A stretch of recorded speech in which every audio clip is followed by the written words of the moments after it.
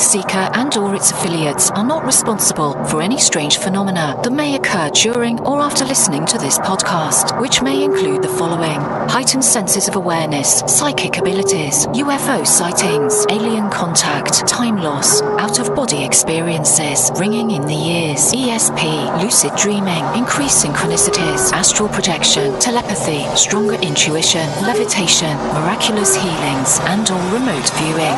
Please be advised to listen at your own discretion.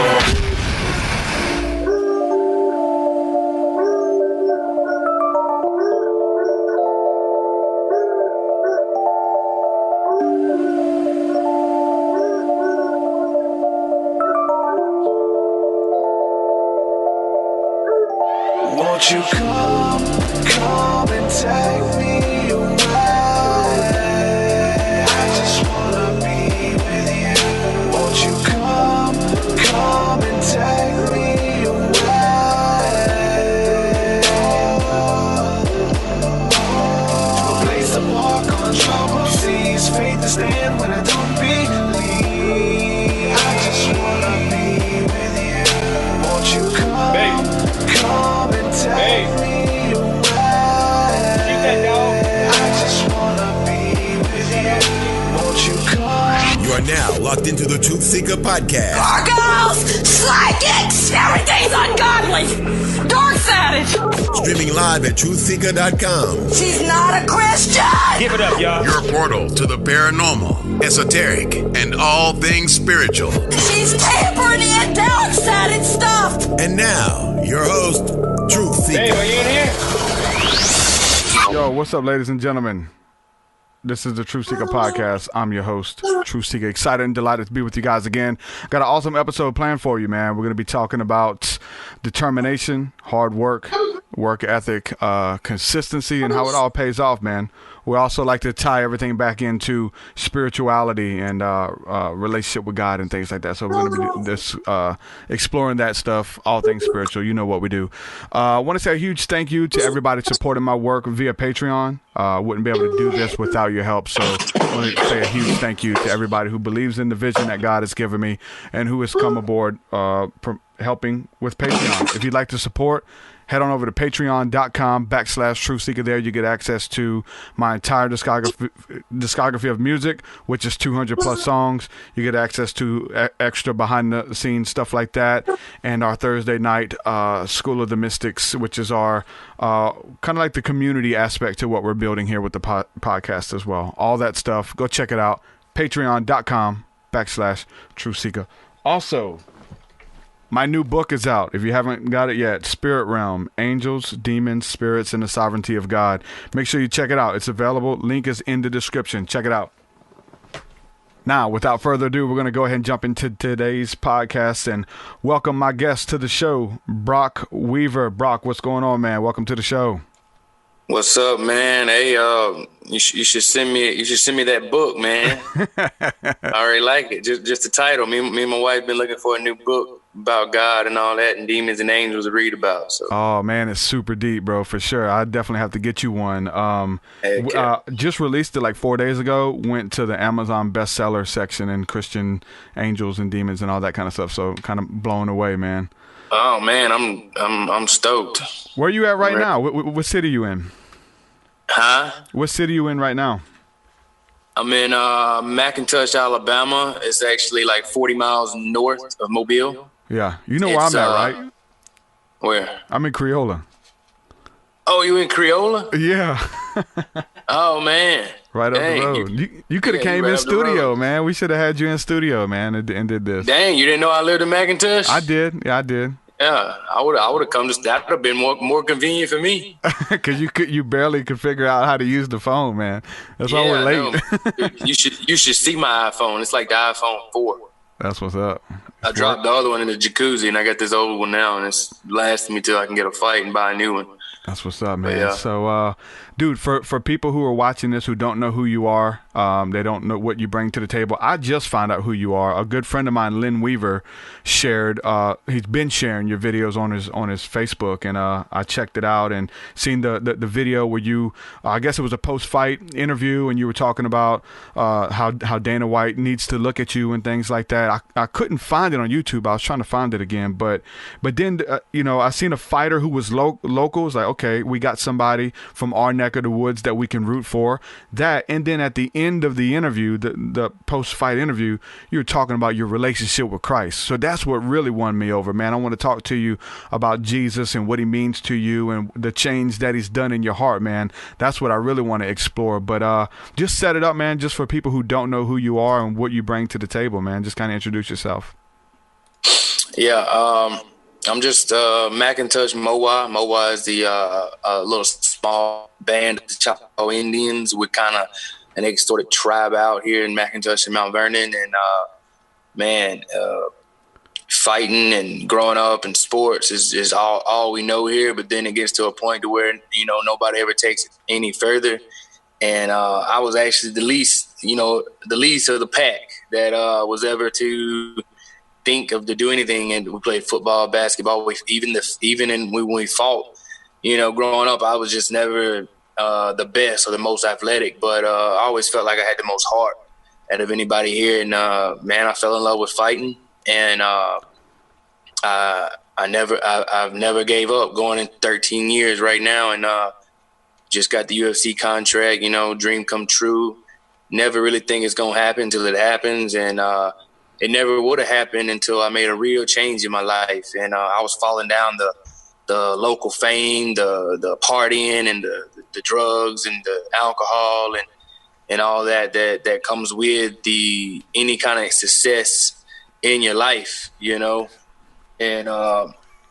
it was dragging me down, man, and I could see it. And even though I was still winning a few fights, I knew I couldn't make it to the UFC. I knew God wouldn't let me. I was born in a Baptist Christian family, and it's like the word says, you grow up and you stray away, but you stick and hold, and you'll find your way back. And I've always wanted to live for God, but never really. It's like you never really believe. You start thinking Jesus, it was just a prophet, and you ain't got to do what he actually says do and live for him, and you can just make it to heaven. And I believe that's like the worst kind of people. You become like a non-believer. You become even worse. Actually, it was best for you not even believe, And in the first place, and I come back and there's a real strong pastor here on our reservation in McIntosh. His name's Jerry Waite. I don't know if you've ever heard of him, being Crayola, but he does a lot of tent ministry. Where's his church at? Right here in McIntosh, called House of Refuge. But he's man, he's been saved 9 years, and he's been pastoring 8. He was saved in 9 months. He was already pastoring his first sermon. God jumped in a man that was on the streets. He was one of the hood leaders around here. I mean, gambler. Him and his wife was on the edge of divorce. He was just doing the worst, man. But when God took him and delivered him, nobody could believe it around here. Oh man, he's gonna fall back. He's gonna be back in the streets. 9 years later. I said the same thing about you, right? Yeah, of course, still saying the same thing about me, and I'm still within this year and a half of being saved and running on for Jesus. That I'm still at my trial. They're still watching me. My pastor's in 9 years strong. I'm talking about God gave him a deliverance ministry, and he would always come and see me to different places and touch on me, like touch Jesus to me, like, man, come to church. I was just like, I ain't ready yet, But the day I took me and my wife, we was about to get, we were together. We weren't married at the time. And I was like, she wanted to go to church. I was like, well, if I take you to a church around here, it's going to be no other than Brother Jerry's church, because I've seen what God done to a man like that, and how strong and the love for Jesus the man has. It's like, it's incredible. And I know that I've seen him cast out demons at tent ministries, and and really fully deliver people. So I was like, if I go to a church, it's gonna be on fake, boring Baptist church. It's gonna be something real. It's gonna be that Holy Ghost Pentecostal. I want to blow your mind, because you come from a Southern Baptist out in South Carolina, real quiet, boring. Everybody kind of judges the way you dress and all this. You know, it makes that religion gets on people, and it kind of makes you disgusted with church. You don't even you start to resent against Jesus. You know, it makes people just, I don't even want to do that. That's boring, you know. But I went to a couple of tent ministries as a sinner, and I knew the kind of preaching Brother Jerry had. In the streets, he was always a man with words. He was always the life of the party. So it's like God knew what he had in plan for this dude. Yeah. To when he gave him a ministry, this dude can preach for hours and hours and hours and just make you cry, man. You know, I'm not a crier. But I go to this church, I'll be crying my eyeballs out, feeling the spirit of God.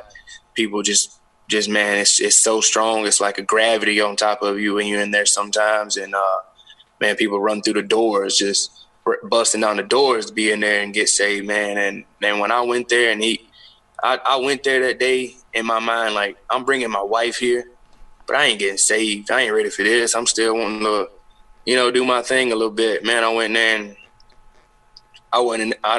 I just shook his hand and hugged his neck and felt some kind of power off of him. Wow. That guy was just all around him. I just already wanted to cry right there. And I was like, wow. Man, what's happening right here? Like, I sit down and I was just holding. He was preaching. And man, he said one thing about Mike Tyson and something. And man, and all I remember, man, I just bawled out crying. I just knew that was the end of the line. If I wanted anything else in life, I got to give it to Jesus. And I ran it all to man and gave myself to God. And I've been through some trials and some battles in this year and a half. But I love it, man. And every day is a battle, and every day is a battle for Jesus. And I'm just waking up. I pray, read the Bible. Man, we go to church 3 times a week. And if I wouldn't have gave my life to God, man, I would have never made it to UFC. I know the kind of man I was. I know the kind of man I was wanting to be with the UFC, with the money. I was wanting to be Conor McGregor, and Conor McGregor, he's a laughing stock now, you know. Yeah. The way the great things he did physically, but then the things he's doing now, he didn't have the character to keep him at that level, man. Exactly. And none of us do. Like Jesus said, there's no good. Nobody's good but God. Yeah. You know, people say, man, you're a good man. I'm not. You know, not without asleep. God. I'm a good dude when I'm sleeping. Other than that. Exactly. Yeah. Man, that's deep, bro. Man, so when you gave your heart to the Lord and made that decision to follow Christ, everything turned around for you, and then even you started seeing success in other areas of your life, not just your spiritual life. Oh yeah, man. Just the way I talk, the way I dress, I don't listen to music, bad music anymore. I'm all gospel trained here, man. You know, I love Third Day, of course, Casting Crowns. Zach, I've been loving Zach Williams lately, man. Zach Williams is so good. I love Elevation worship music, Bethel worship music. Bethel, heck yeah. Yeah, I love all of them.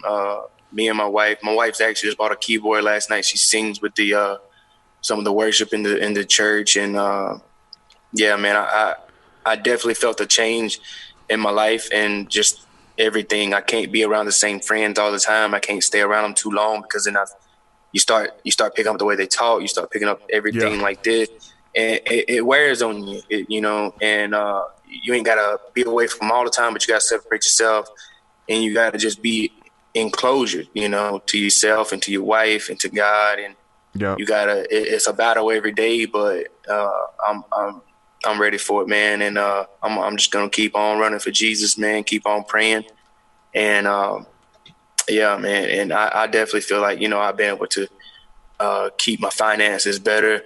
Have been able to just better prepare my life, get a little more structured in my life, and not stop living like a kid and actually like a 28-year-old man, you know. For sure. And a woman helps with that too, but two people running on for God and doing the same thing is definitely bringing us up instead of keeping us in the same spot or dragging us down. Yeah.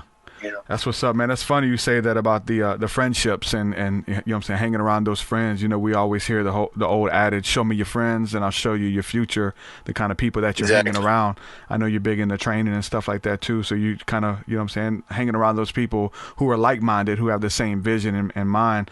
I find it funny too, because we talk about hanging out with Jesus, right? That now we spend time in prayer, we hang out with Jesus. Well, you start picking up on those mannerisms, like you said. I'm starting to say things that these guys are saying, and I'm starting to act like them. And then now you're hanging out with Christ, and now you're starting to act like him. Now you're starting to say similar things that he was saying. Now you're starting to help people and pick up on those characteristics. So I love drawing those connections there, man. That's awesome. Yep, man. We ain't none of it can be like him, but we can definitely try our best to be like him. You know. Yeah, and he gave us that example, man, to follow, and it's a good one. And you know, if God be for you, man, who can be against you? You know, and that's awesome for you to see. Because even earlier we were talking about how like there's different levels and stuff that God wants to bring you to, and he wants to release things and presents and gifts and things in your life, but you're not ready for it yet.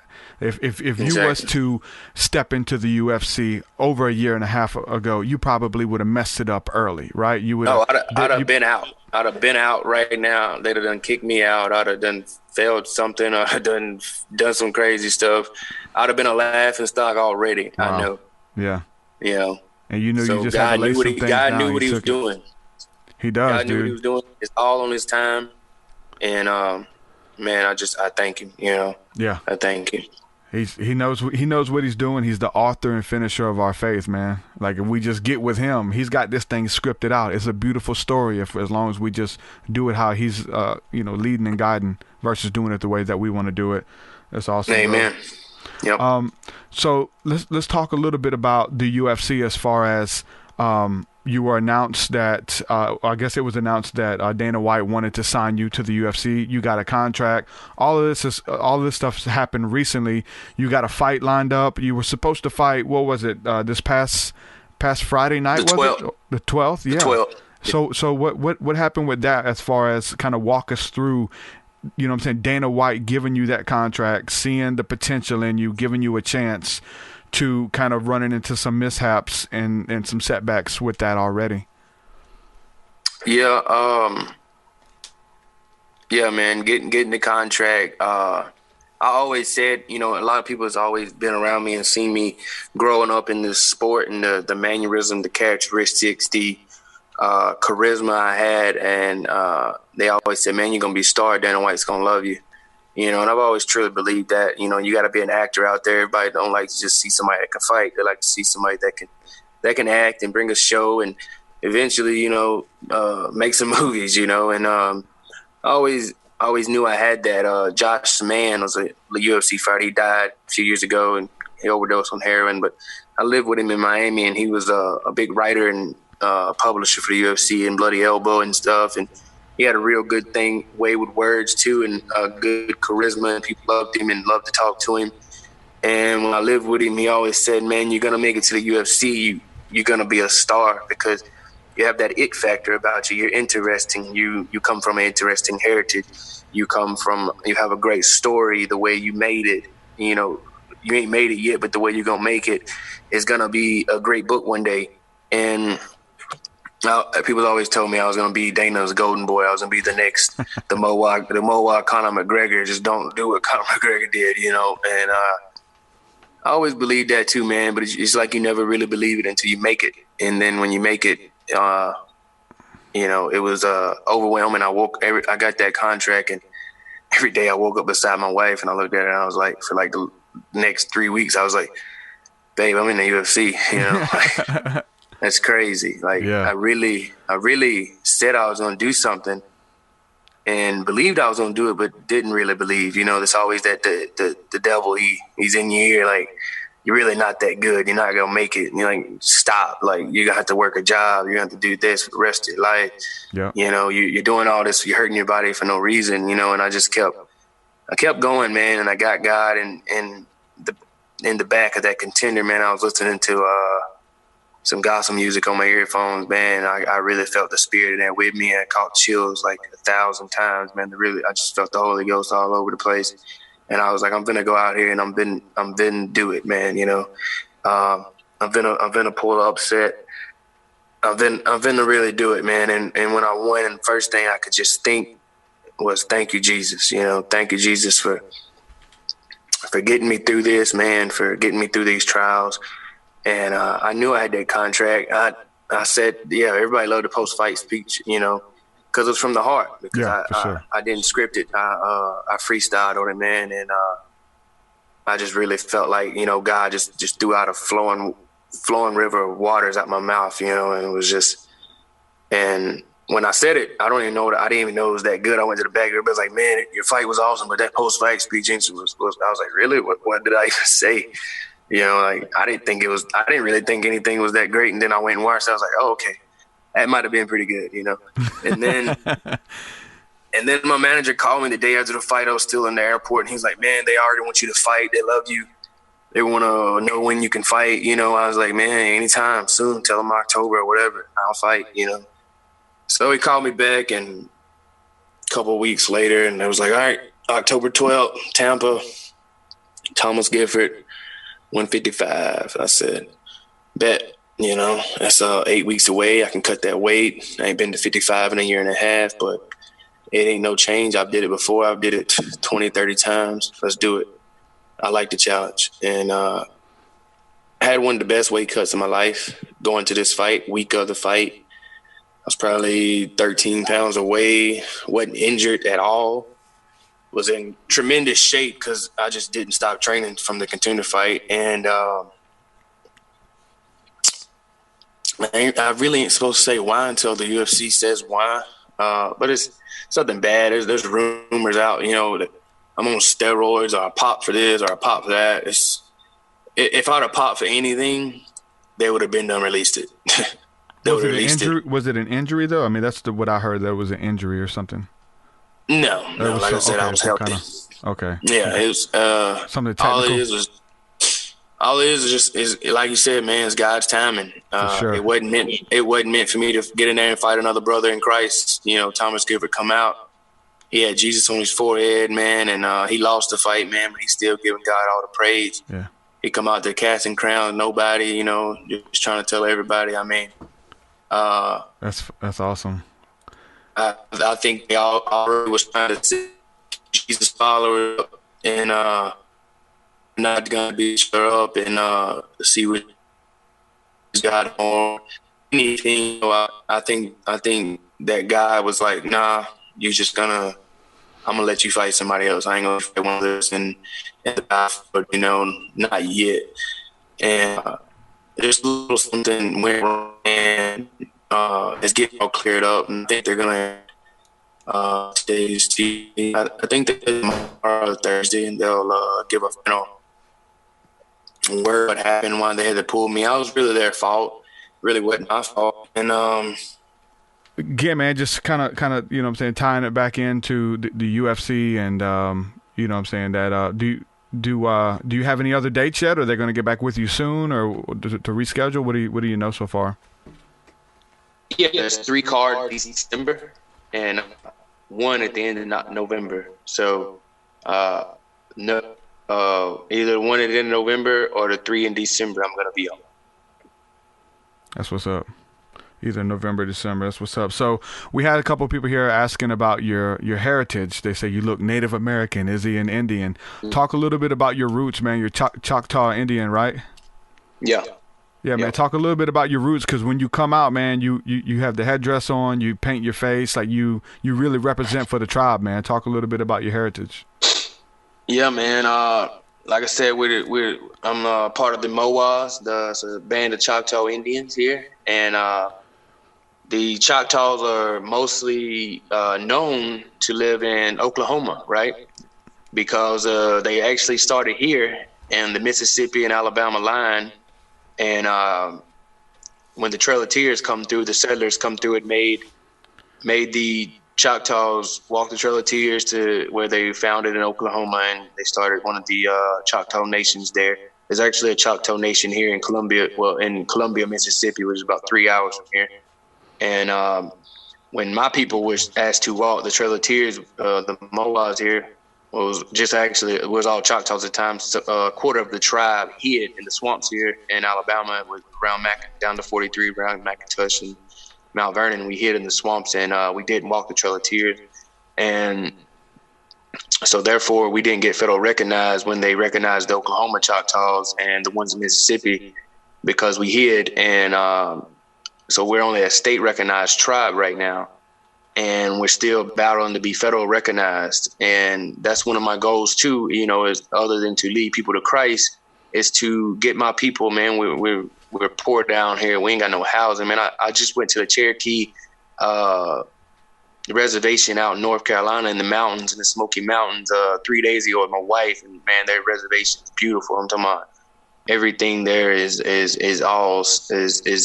top notch. Like, they got their own casinos and stuff like that, and they got their own paved roads, police departments, stores, so many museums and artifacts, and all we got is a powwow once every October that comes around, and we do our festival. I mean, we need to be federal recognized. We're a tribe. We're on Google.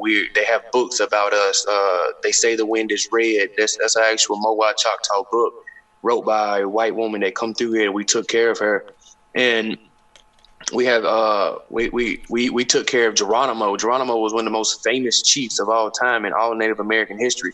We took Geronimo here and put him in the Searcy Hospital, which is an insane asylum back in the day before it closed down. But it says it's been opened back up. Yeah, they say it's been opened back up. There's gonna be a lot of people in there.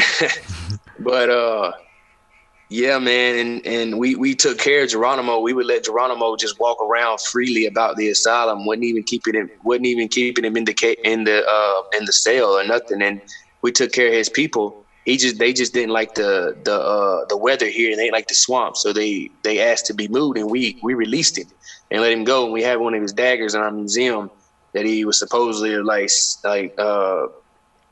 skinned like 20 or 30 white men with, or settlers or something. I don't know. It was some crazy stuff, but we're an actual tribe, man. And we're battling some other governmental issues and some other tribes that are battling against us secretly, I believe, to not federal recognize us.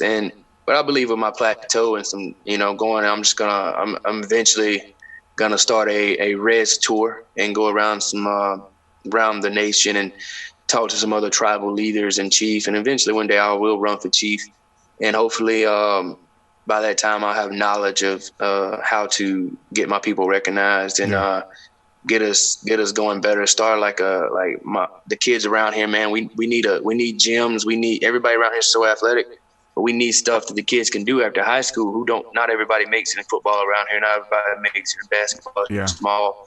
And if I could start like some rec centers and some things to do, man, start some stickball thing back up, man, start traveling and playing against other tribes, start like my own Native American MMA organization. There's that creek, right? It's upside down, but yeah. Yeah, I know the creek, yes. Yep. You creek? Yeah. Okay, heck yeah. Yeah, the creek's right down the road from us. For sure, yeah. I mean, we go to the powwows, and I remember moving from Louisiana to Porch. We moved to the reservation in Porch back in the mid-'90s, and but no, it was Porch so Creek. Yeah, Porch Creek. It's nice, it's nice now. Man, just to see like the community that they had, bro. Going there, and like you said, gyms, baseball field. I mean, we had really nice facilities that we walked to the gym before we started school, me and my brother and sister, and we walked over to the gym, and we walked into this little room in the back and opened it up. There's a freaking arcade in the back of the gym with all types of video games. You walk in there and you just push start, and I was like, oh, this one's working. It must be money. They were all free to play, like all these arcades, and like so every day after school, we're coming to the community center, shooting basketball, playing football on the games and stuff. All of this at the reservation in Porch, man. So the community aspect, and I've been thinking about that. That's one thing I miss is the fact that I got in a lot of trouble I had to move, and they were looking for me. We was breaking into houses and stuff like that when we were teenagers, Yeah, that was one thing, man. I wish that I would have stayed on the reservation, man. So. You know what I'm saying? Yeah. You know what I'm saying? Community. And that's one thing a lot of people have lost is community. We've talked about that a lot. I know coming from the reservation, you understand that. Like black culture as well, they know community. Like if somebody's cooking, you know what I'm saying? Everybody's chicken, calling the whole everybody. neighborhood, they just random people walking down the road are gonna come and eat, you know what I'm saying? And I know that that's something that's lost in like white culture. Like I don't even know my neighbors really, you know what I'm saying? I don't even know these people who live around me. And it's something big different, man. A tribe, a community. I have an online tribe. I have an online community of people all over that we all come together and sup and study the scriptures. And, you know what I'm saying? We just do life together over the internet. But tribe is where it's at, man, for real. Yeah, it is, man. You know, I always said, like, everybody around here knows, you know, we used to go out and party and stuff and go to parties and go out to the clubs. We would always come. It would never come less than 6, 7 of us, but 6 and 7 of us was like 20 or 30 of us. They thought, you know, and we fight. If one of us fight, all of us are fighting the same person. We're jumping. We was always known for jumping people, which is nothing to be bragging about. But it's like it's my brother. Like, man, you know, it's my cousin, but he's like my brother, and he get hit, I'm hitting, and anybody say something to him, they gotta say something to me. And that's how my boys been following me around and fighting, you know. It's when I come out, man, just to hear everybody around here, you know, they're all about the hype, you know, Brok screaming and Mowa. You know, it definitely fills me up too, you know, gives me an extra fire inside when I'm down and I'm getting beat up and I hear them, you got to get up, man, Brok, Mowa, you know. That gives me, man, these dudes, I can't lose this fight and go out and let my boys tease me, man. I got to get up. And it's helped me plenty of times, man. It's always something about the people around here. Like, man, everybody around here is so close. Like you said, somebody could be cooking. My boy, I cannot see my boy's parents in years, but I'm like, hey, man, my mom was cooking. Come over here and eat real quick. All right, bet. Right over there, open their refrigerator like ain't nothing. Like, go in people's refrigerator, ain't got to really even know them. We just know that we're Mowas around here, and we're probably kin somehow. Yeah. So, yeah, you can go in my refrigerator and have anything you want. And that was what the book that the woman wrote, you know, They Say the Wind is Red. She wrote in there that the people around here were very, very kind-hearted and loving people and real hospitable, yes. And it made her feel like she was at home and she didn't know nobody. And I do believe, like, when we like somebody around here, we'll give them the shirt off our back. You know, it don't matter. But if we don't like you, we don't like you. But that was a different time. But if we like you, we love you, right? Yes, we like you, we love you. Exactly. That's what's up. Man, talk a little bit about the face paint and stuff, the war paint, because when you come out to battle, right, that's what you're going into a battle, you come out in full garb. Again, you got the face paint on, you got the headdress. What does the war paint represent for you? The war paint, I've always wanted to do it. I just started doing it late these last, 7 fights in my pro career, but I've always wanted to do it. But it's like I would be cutting weight so bad, and I can only do it at weigh-ins because they won't let us walk in the fight with it. So I do it the night before for the weigh-ins to intimidate my opponent. And but before, I've always wanted to do it, and I just said I was going to do it every fight. I said I was going to get my boys to do it, and we was going to walk out, real rep our tribe and stuff. But lately, now getting a wife that is actually when I ain't got to paint my own face. She can sit there and paint it for me, and she's good at painting and stuff. So when I'm cutting weight and right before I get ready to go step on that scale, I try to get like I said, you know, trying to be a character, trying to make a movie one day, trying to really rep my heritage and stuff. So sell tickets as well. We know that's a big thing, right? Exactly. Sell tickets. Everybody wants to see when they see the night before on Facebook and they pop up with a crazy Indian with some face paint on, he's mugging his opponent. I'm like, man, I ain't got nothing to do Saturday night. I might go pay $25 to watch that guy, you know. And it's all part of the act. It's all part of the show, the charisma and the showsman that I'm trying to bring to the table. I'm not just trying to be a fighter out there. I'm trying to be a showsman, man, make people buy tickets and tune in and watch me and know me and be inspired by me. You know, I'm trying to inspire other Moals, inspire other Porch Creek, inspire so many. I'm not just doing it for my tribe. I'm doing it that's why people said, hey man, when you paint your face just Choctaw. I will paint my face just Choctaw sometimes, but I'm gonna look on other tribes' facial paint because everybody tribes that their own face paint stuff. I want to rip all the tribes around the nation. I want to get known that I'm not just doing it for my people, because all the indigenous people out here are going like the people out in Standing Rock, man. What they had to go through with Trump and stuff. Like, hey, man, I'm trying to reach out to Trump and tell him, man, look, it ain't like that, dog. We were here first, We got to get us some better, instead of just paying us and giving us a casino. I don't even care about the casino, because I know what the casino does to people. I had a bad gambling problem. So I don't even care about the casino, man. I want the people to show love, and people, because I know people. I've met people when I lived in Miami for 3 years. Like, man, you live on an Indian reservation. Indians are still alive. They're still real. Yeah, they're still talking about. Yeah, like we didn't just die out. We're not extinct, but we're on the verge of it, because it's just not known anymore. And I wanted to get to where we're having just, instead of I feel like Thanksgiving ain't even about the Indians anymore. I feel like Thanksgiving is about white people, and it's just about food. For sure. I think we should have another Turkey holiday Day, other they than call it. Yeah. Man, most people don't even know what the Thanksgiving was for. So, man, I'm just trying to be a better example for my people, be a better example for Christ, because there was a chief. People's like, man, what do you believe in? You believe in all that spirit and nature and stuff like that. I'm like, all that could tie into God, and all that could tie into Jesus, man. Jesus went in the wilderness for 40 days and 40 years. You know what he experienced. Exactly. Adam got to name all the animals, but there was a chief. I can't remember what his name was. It wasn't Dragon Canoe, but I just heard his name the other day. But he said this. He said the white people came here and they had no land, but they had Jesus. Now the white people have all the land and we have Jesus. Wow. So this tribe, I think it was the Cherokees, found Jesus from the white people, fell in love with Jesus, and because they were already spiritual, and they was already looking for something out there that was very spiritual. When white people came over here and they showed these hungry spiritual people that was already feeding for something, but just nothing was there, and they was looking for it everywhere. They was always looking for a calling. They really found something good. They really found something real. They really felt the spirit from this name Jesus, and the white people just told it as a Bible. They just brought it over here for a religion. And they wanted the land. And it goes back to that verse in the Bible, what will a man do to sacrifice his soul, and gain the whole world but lose his soul? Yeah.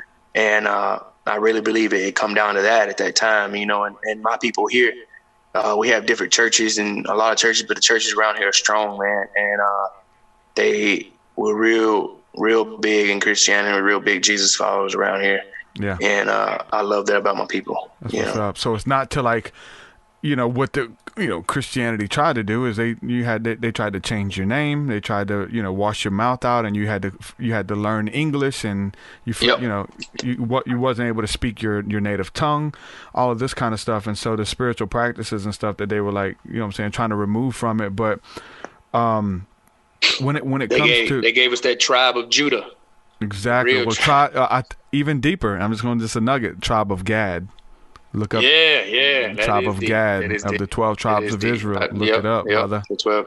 And I actually heard of that Moaz had 10 of the 12 tribes of Israel in our DNA. I've heard it from different resources. I haven't researched it myself, but a couple different people I've heard that don't even talk to each other around here has resourced this to me, and I've always wanted to do some research about it. But that'd be cool if we had 10 of that bloodline through our, It's so funny because I don't want to really go deep into that on here, but my buddy Loke Saint, shout out to Loke Saint, he's in the chat. He's like, come on, man, speak on it, man, give them some truth. So tribe of Gad, the 12 tribes of Israel, and they found Native American artifacts with ancient Hebrew written on it that predates the white man coming to America, right? Yep. That there was some stuff that we had that had ancient Hebrew and written on it, and like there's pottery and stuff. It's like, hold on, these people knew something, man. There was something a little bit deeper that they're not telling us who we truly are. And I think it was when you connect with Christ, which is, you know, the most pure spirit out there, right? Who is the great spirit? Let's get that straight. Yeah. When you connect with the greatest spirit, right? Then you're able to kind of, you know what I'm saying, return to your essence of who you really are and who you were created to be. And people are coming home. That's beautiful, man. Because I don't think it's like, you know, we would see stuff like burning sage and stuff like that, and doing different ceremonies and stuff. People say, no, that's not of God. We have to abandon all of that. But do you still incorporate some of that stuff, even with your heritage and stuff, like the burning sage and stuff? And I know you're doing the war paint and the feathers and stuff too. Not really. I used to play around with it at some fires and stuff when we had bonfires and stuff. We'd play around with it, but we have a Indian ed teacher here, but they don't actually teach it anymore. They stopped it when I got into 5th grade, but from kindergarten to the 4th grade, I went to Indian ed and we learned some of our native tongue. We forgot most of it, and but we would go to Indian ed every day for 2 class periods, and we'd learn how to make pots, bead, make simple weapons, learn our land, learn our heritage, learn other heritage. And her name was Miss Loretta, and she still lives on the reservation. She's actually Cherokee Indian, but she knows so much about all the Indians of the nation. And they're actually starting it back now in November, the Indian Aid class in Mount Vernon, to Casadeva Elementary. What's up? So they're going to start back teaching the heritage. And I think that's one thing that could help us back getting the federal recognized is getting back into that. I'm actually going to go and take classes and start back dancing. I did it when I was a small kid. Start back dancing to powwows and maybe do a couple dances when I come out to the octagon. There you go. You know, and start speaking my language, because I mean, we should say our ABCs in our language, and I can't even say A anymore. All I can say is Chalatushka, and that means Red Warrior, and that's my nickname. Yeah. You know, but it's crazy how you learn something and then you don't practice it, you forget it. And we learned it for 4 or 5 years, and then we just forgot it. They took it out of our schools. They fired her from the school, and that was it. You know. Yeah, there was a guy in Atmore who was teaching everybody, but they caught him with some eagle feathers, and they like arrested him because they were like illegal to own, and they pulled him from the schools and everything, and so pulled that curriculum. Have you ever been to a green corn ceremony? No, but I've heard about them though. Yeah, I got to sit in on one. The same guy out of Porch. I had been wanting to go. Like I go to the reservation, and we go to the powwow every year.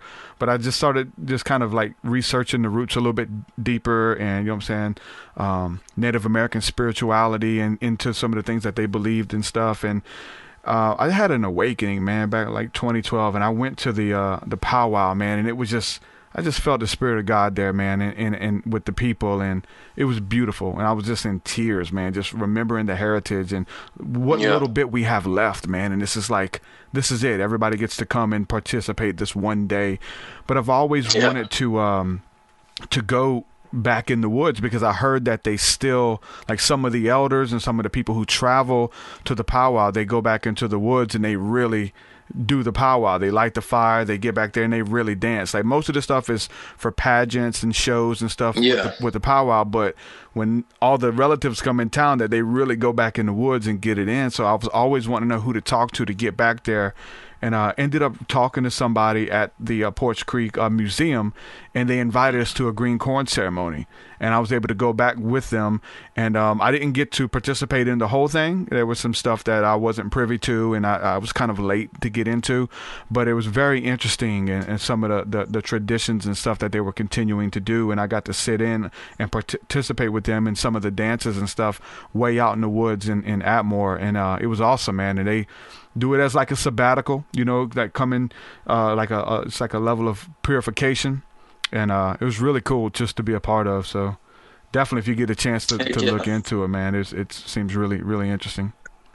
Yeah, that's one thing that that just my tribe is lost. They always stop doing those things, mainly because.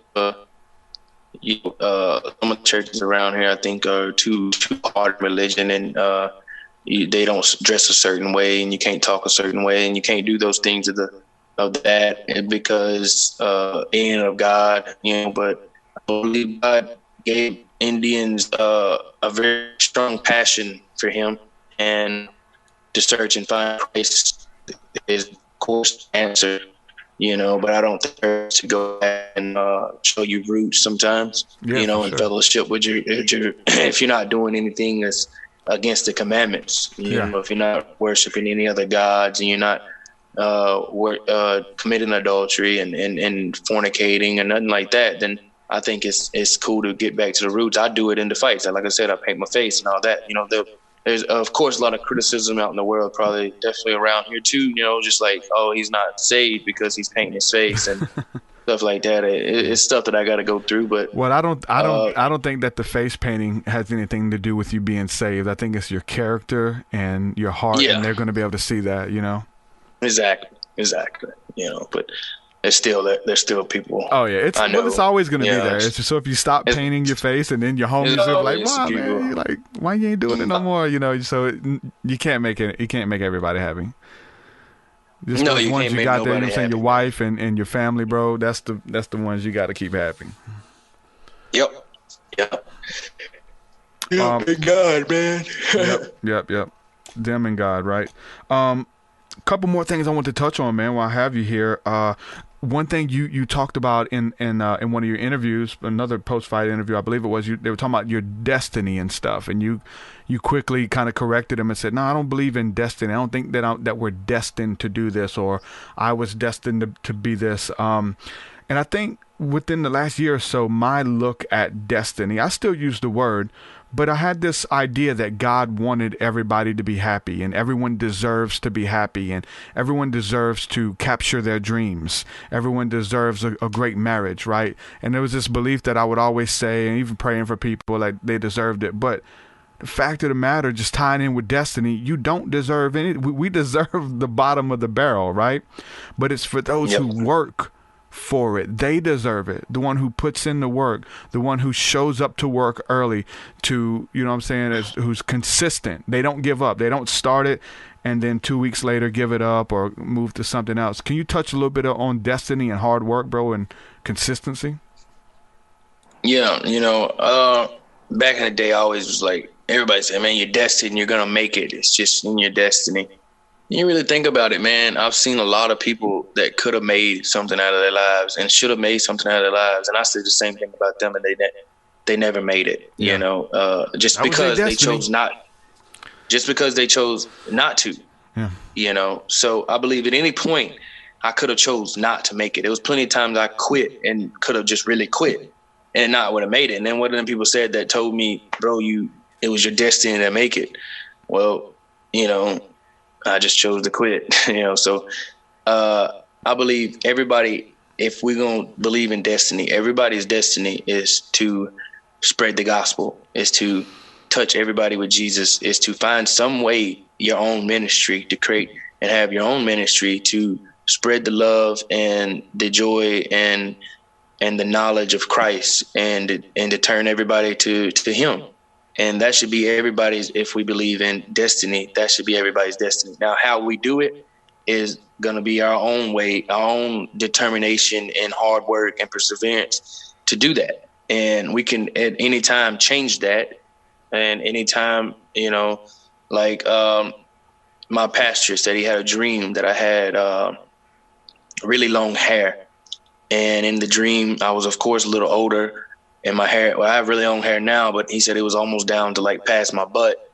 And it looked like I was preaching to thousands of people in an auditorium or something, and that was a vision from a man of God that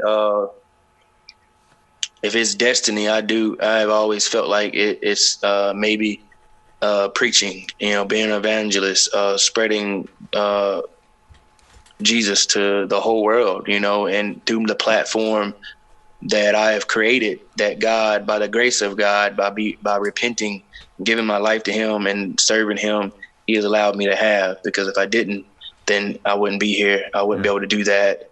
I would be in jail or bombed or just working construction, for the rest of my life. I feel you on that. I'm And the same so- way, bro. I'm the same way. I believe you can, a man's mind can change at any time, and his heart can change at any time. He could get bored with something.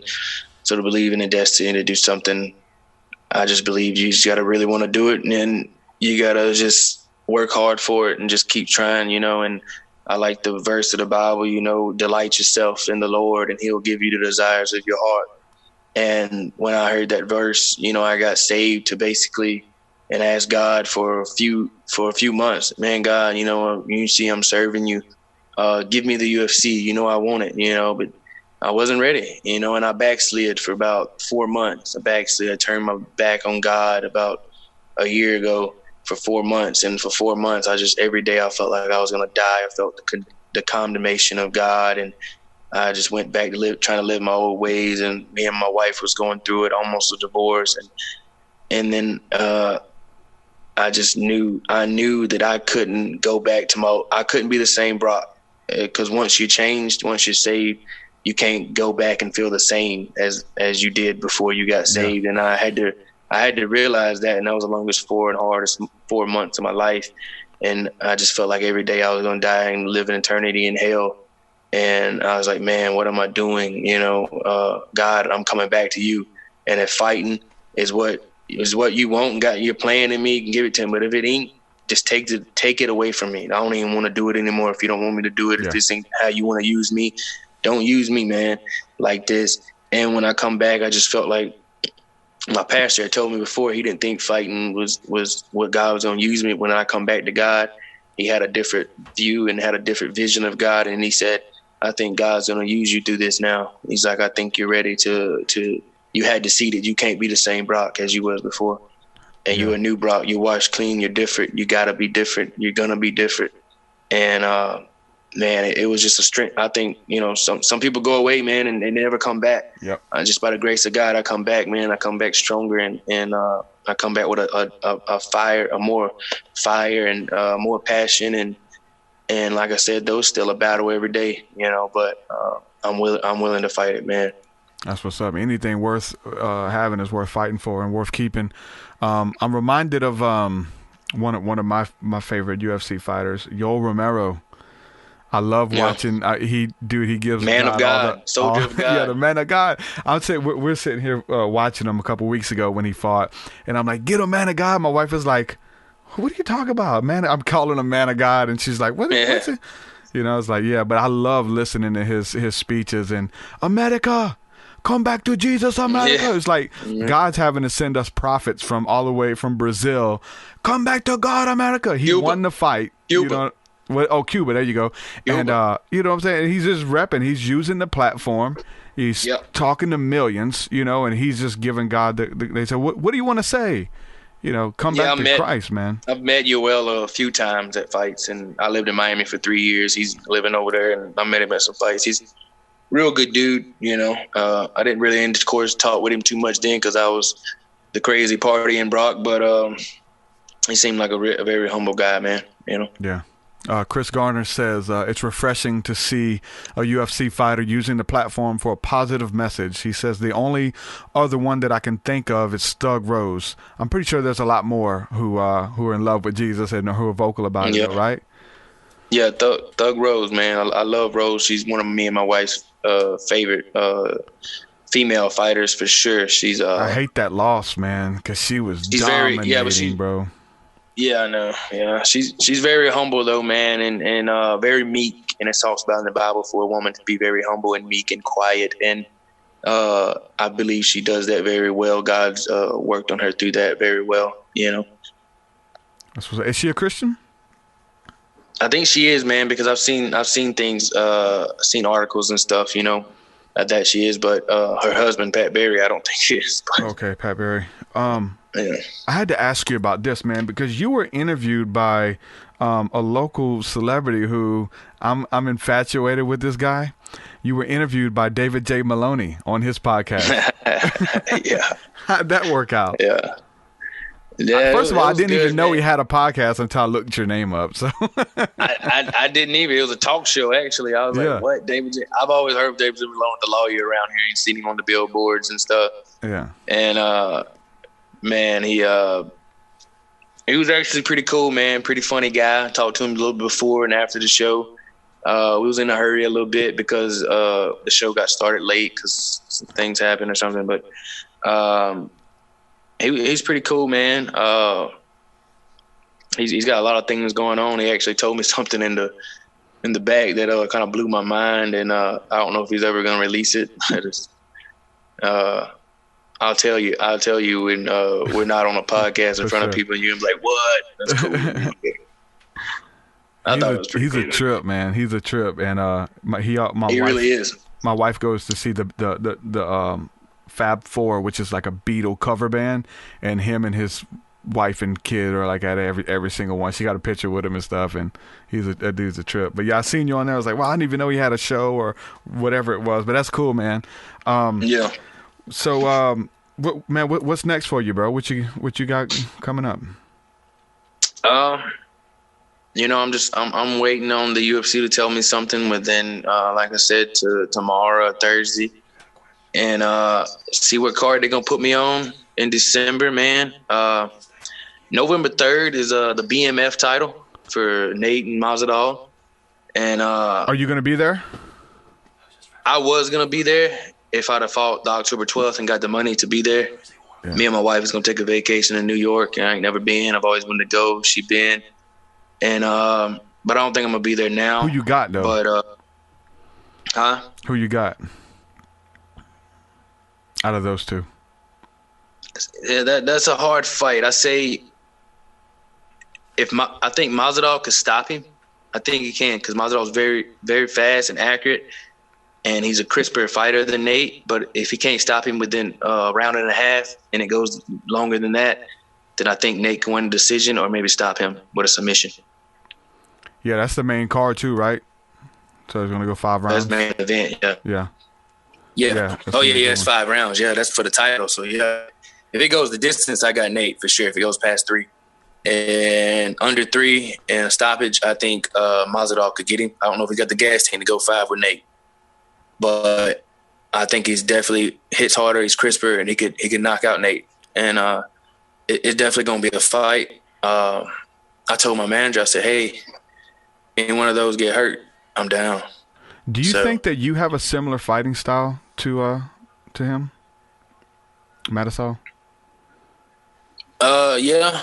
Real quick, get in there quick. I watched him fight, especially his older stuff when he was younger.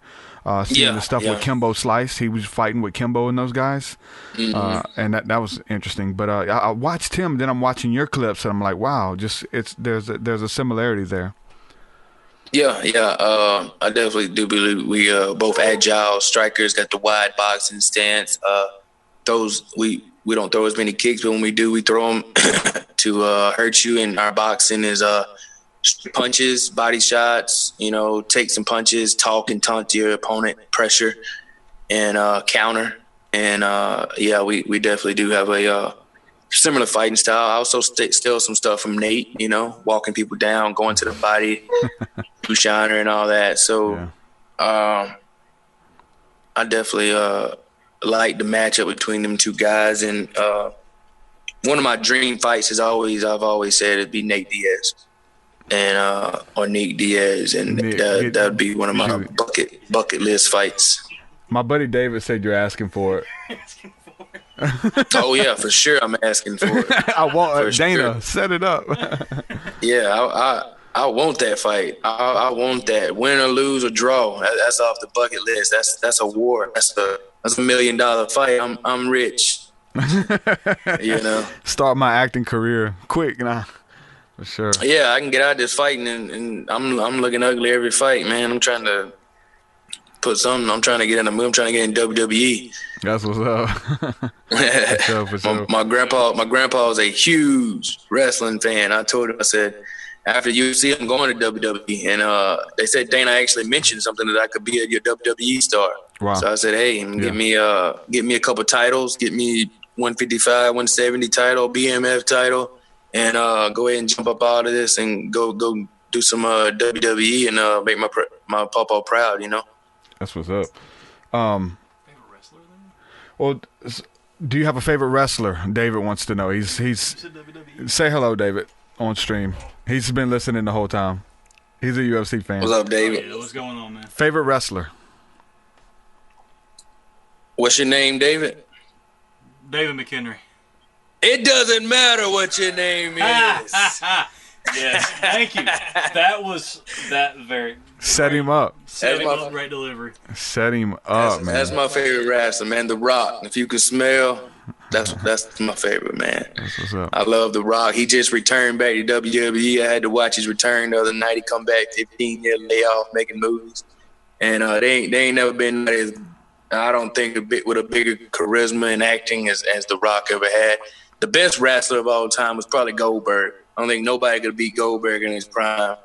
But my favorite, the best acting that I love to watch the most, plus my name's Brok, so I had it's similarities. I was a kid growing up on him, you know. I love Stone Cold too. You know, I love when Rock and Stone Cold had their rivalry. That was the biggest rivalry of all time to me. So I also like Sting too. That's why I kind of stole some of his face paint, but I really got that from That's what he said. I said that earlier. I said he's wearing that Sting face paint. Yeah, it was really Tonto, but it did look similar to Sting, so I wasn't bashing it because I come out with the hat too, so I wasn't bashing it. For sure. Anderson Silva, man, what's your thoughts on him? Man, when Anderson before he lost, the aura he stepped in the octagon with, the fear he put on his opponents was like no other.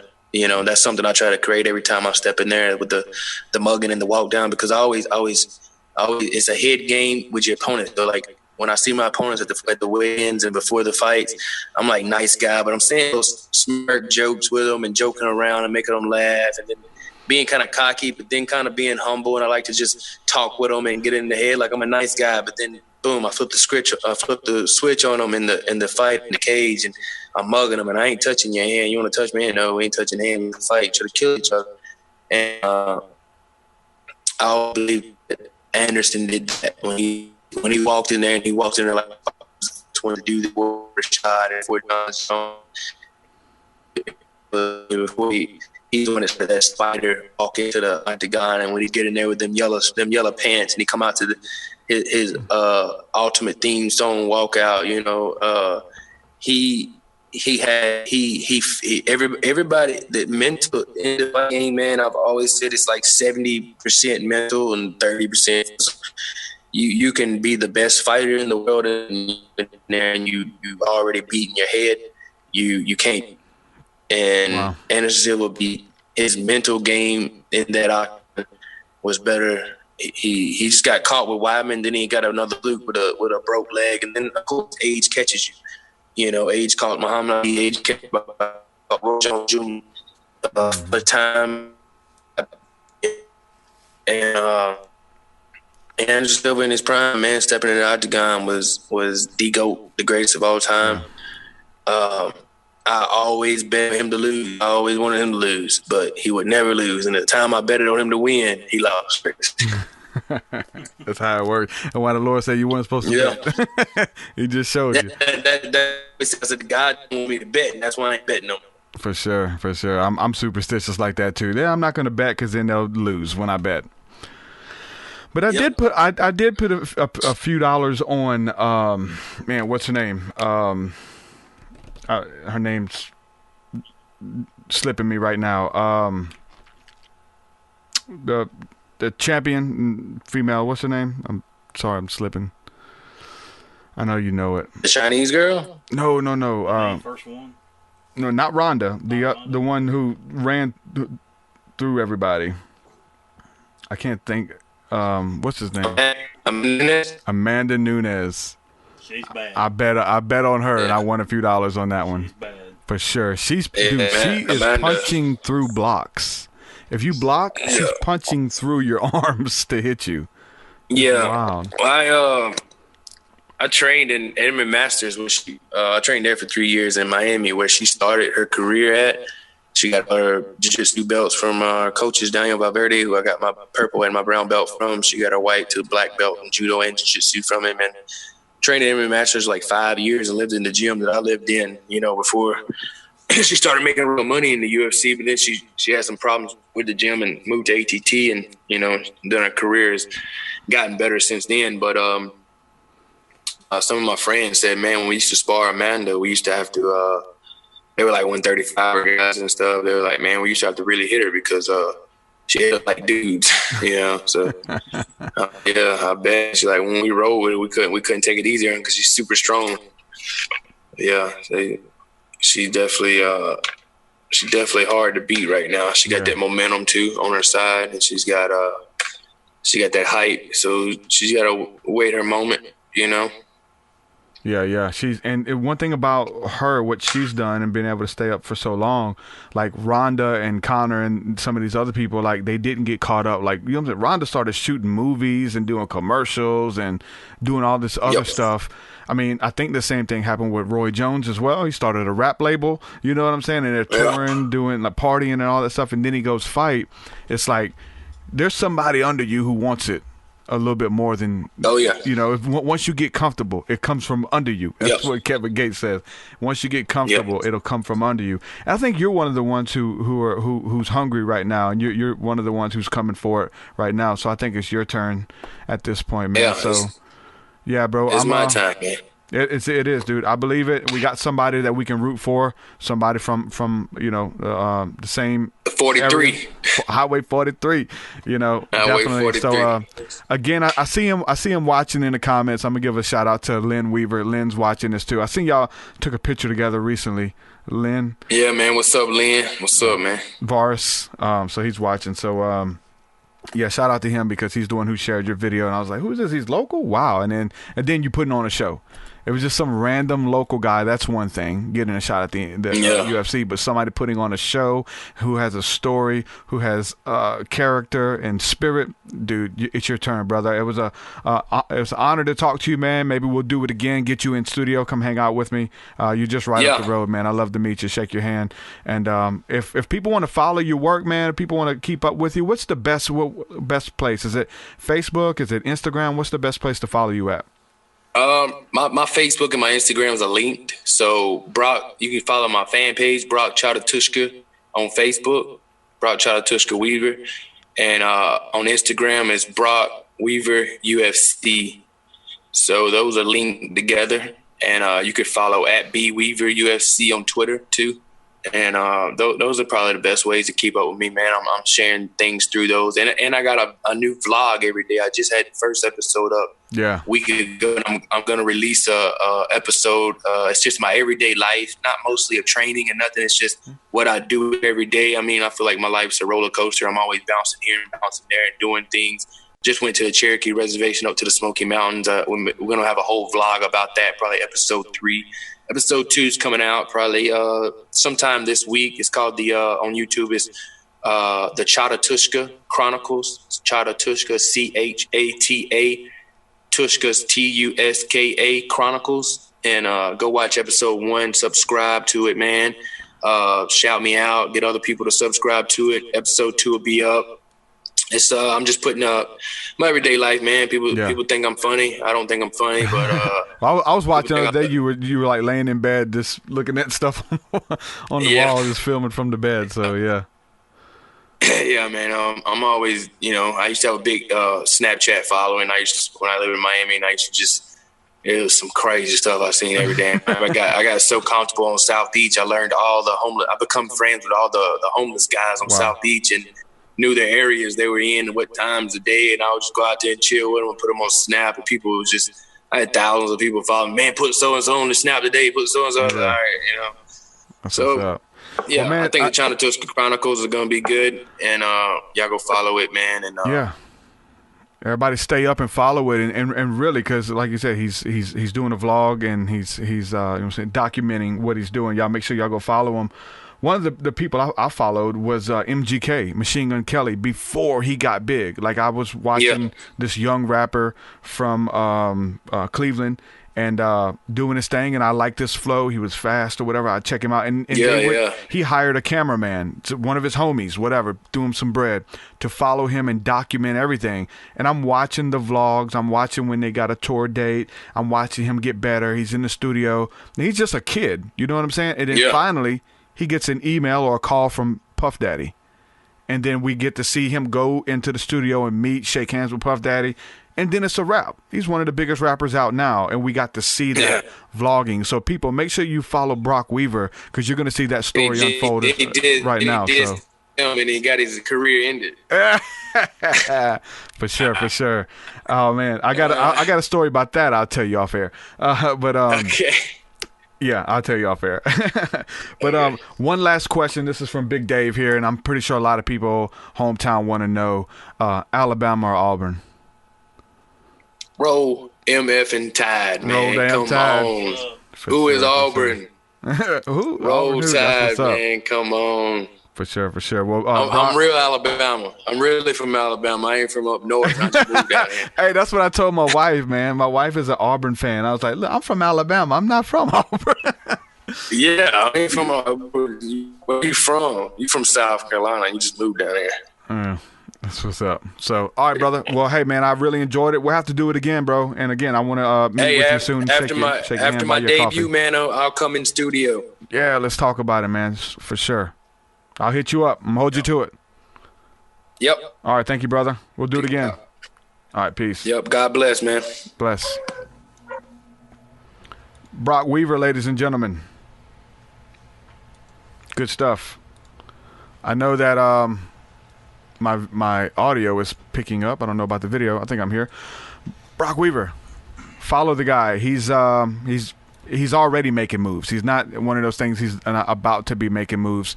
He's already making moves. And you can watch the footage, man. It was kind of surreal seeing him talk to Dana White and Dana bragging on him and things like that, and getting his shot in the UFC. He's going to be making his big UFC debut. He was supposed to do it. Something came up. Couldn't talk about it. But he's got another shot coming up end of November, December. Make sure y'all follow him on social media. And, so we're going to be rooting for this guy.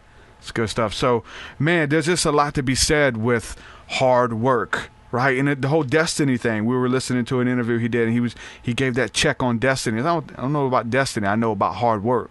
I know about showing up. I know about getting to work early, and I know doing it even when you don't want to, right? Because you've signed up, because you're committed, and you have to do it. Whatever your dream is, whatever your vision is, whether you want to be a UFC fighter, whether you want to be a podcaster, whatever it is you want to do, you want to start a small business, you got to show up.